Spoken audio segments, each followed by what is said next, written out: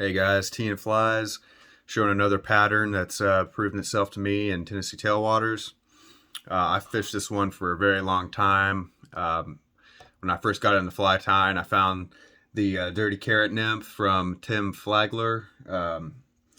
Check that video out, Dirty Carrot Nymph, TightLineVideo. This is really just the same thing, a little more simple, and just some things that I've done to tie it in a little bit of a cheaper way. He takes two different squirrel dubbings. Let me see here. I think it's two different little squirrel dubbings. Actually, he uses rabbit. So really what you're looking for in this nymph here is just some sort of small hairs that are going to poke out. And this one's already trimmed. You don't have to trim it as much as I do here, but that's just always what I've been doing because sometimes they might come a little loose. So, as in my other videos, I use a lot of wholesale fly company materials. This one right here, this is their model 27. It's a 60-degree short BL jig, size 16. 16 is certainly my favorite. 14s will work. I tie them mostly on 16 just because they'll eat them if the 14s work, and if they're not eating the 14s, probably gonna eat the 16 if they're gonna eat this pattern. So just start off putting the bead on. This bead, this is a glossy black, which I really like the glossiness of. It looks real grubby to me. This is kind of like a caddis pattern. It could also be, submerged caterpillar or something like that. I've seen a bunch of little worms that look a lot like a caddis too. So slotted tungsten bead in a 3mm.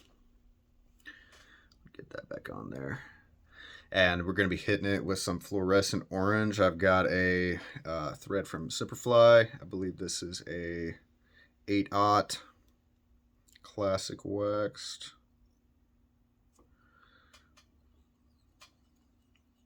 In Tim's video, he put some lead on here too, which totally can do, but not necessary. 3mm bead seems to get it down pretty well. If you are going to be fishing in some turbulent waters, definitely suggest using some lead. I'm going to be wrapping this a lot to get that stable. Okay.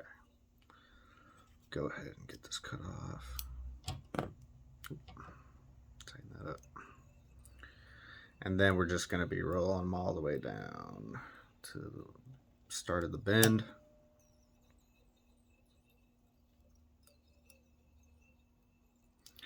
And I'm going to come in. I've just got some Gorilla Glue gel here on a toothpick I've been using. I'm going to put a little light dab of that across the thread base.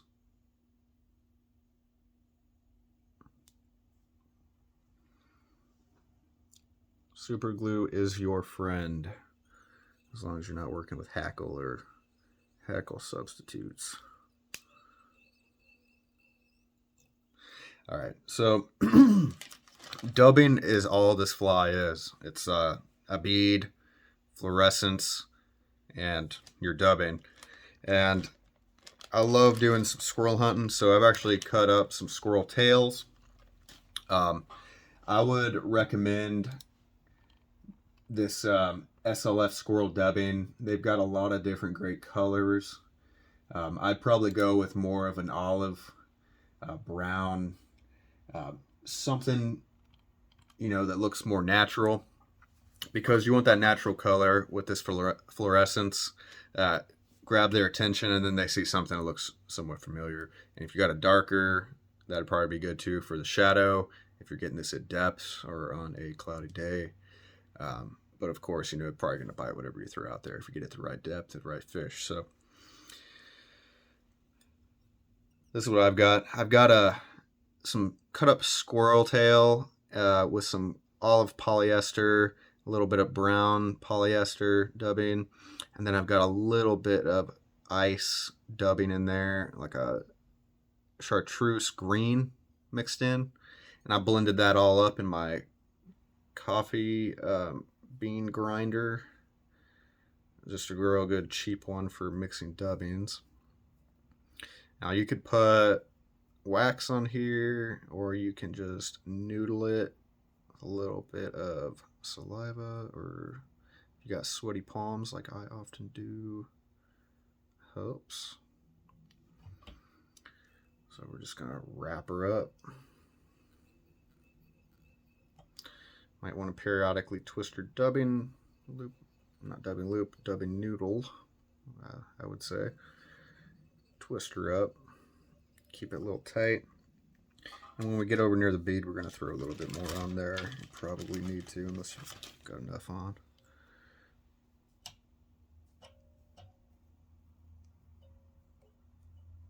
This nymph, there have been days where I was catching nothing, trying new patterns I tied. I throw this on, and I catch like 8 trout out of the hole I've been fishing for the past like 15 minutes. So it definitely will work.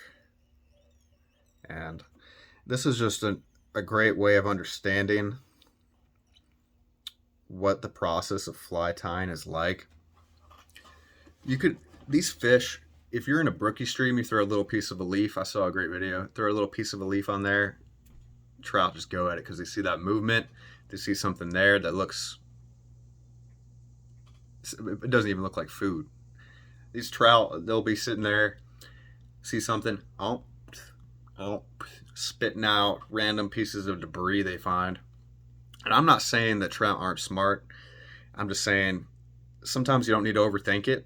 You see a cool pattern. Like, I didn't even think of the Dirty Carrot Nymph whenever I first tied this, because I just watched all these TightLineVideos, and it just subconsciously got into my brain. I started to understand what people tie, what works.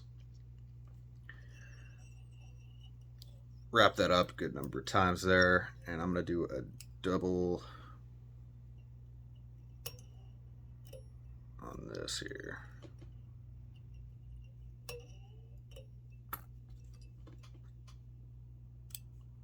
Okay.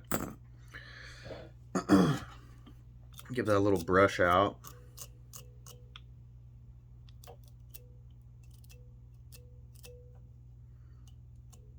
Now, you probably don't want it to be this long. And honestly, maybe I should have trimmed that deer hair a little more short whenever I was originally making the dubbing. But you'll see, it really does not matter, because you're probably going to want to trim it regardless.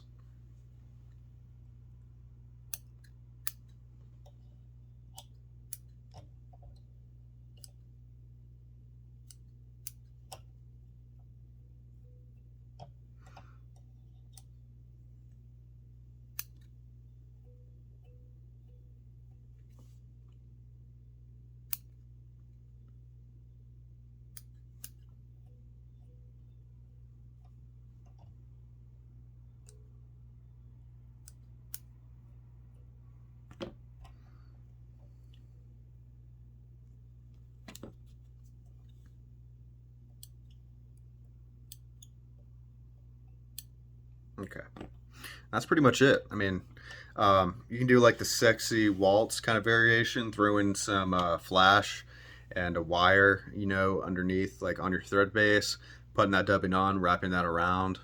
You can put the lead wire on there if you want to try to go a little deeper, or maybe you would want to have some assistance on getting that body shape you want.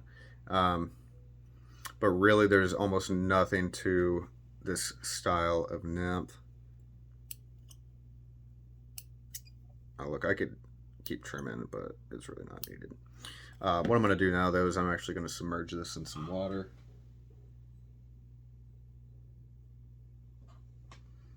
Work that water in there a little bit. And with all the detail in this dubbing, you know, actually some air bubbles might get a little trapped in there when it's submerged, and I think that's fine. I think that's good. You know, it's going to look mucky. It's going to look grimy. It's going to look dirty.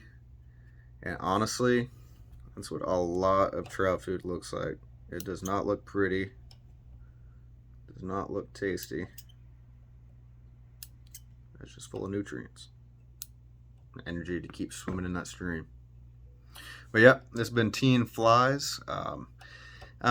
I'd call this probably just my Waltz Worm, but you know, it's just a Dirty Carrot Nymph, I guess is what you'd call it.